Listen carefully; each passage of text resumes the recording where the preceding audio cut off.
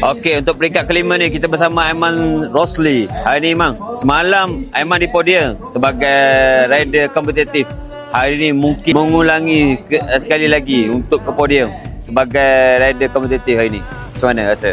So alhamdulillah semalam dapat 30 riders. So hari ni Aiman plan buat Aiman nak try dapatkan sesuatu untuk naik podium. So Aiman harap hari ni Aiman dapat melakukan pecahan breakaway. And memang Aiman target nak dapat competitive riders sebab Aiman tak ada apa-apa kan. So hari ni laluan agak berbukit, ending di Fraser Hill. And Aiman cuba dapatkan Aiman punya momentum untuk naik bukit. Dan Aiman dah try dapatkan competitive rider best Asian rider. Okey, semalam hampir untuk memenangi peringkat, tapi ditangkap pada saat-saat akhir. Mungkin Aiman rasa ada peringkat yang akan Aiman ulangi untuk macam semalam, tapi sampai ke garisan penambak sebagai pemenang peringkat.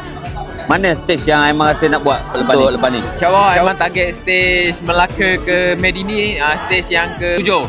So memang stage tu agak jauh, 200 km. So Aiman rasa itu peluang Aiman sebab diorang akan kontrol dan bagi gap, timing gap tu agak jauh. So Aiman rasa itu peluang the best Aiman untuk melakukan ATK sampai ke garisan finishing. Aiman rasa Okey Aiman, hari ni good luck untuk stage hari ni. Jadi stage ke-7 kita tunggu Aiman dekat finish line dekat Medini, okey? Okay, Okey, focus. Let's check it out.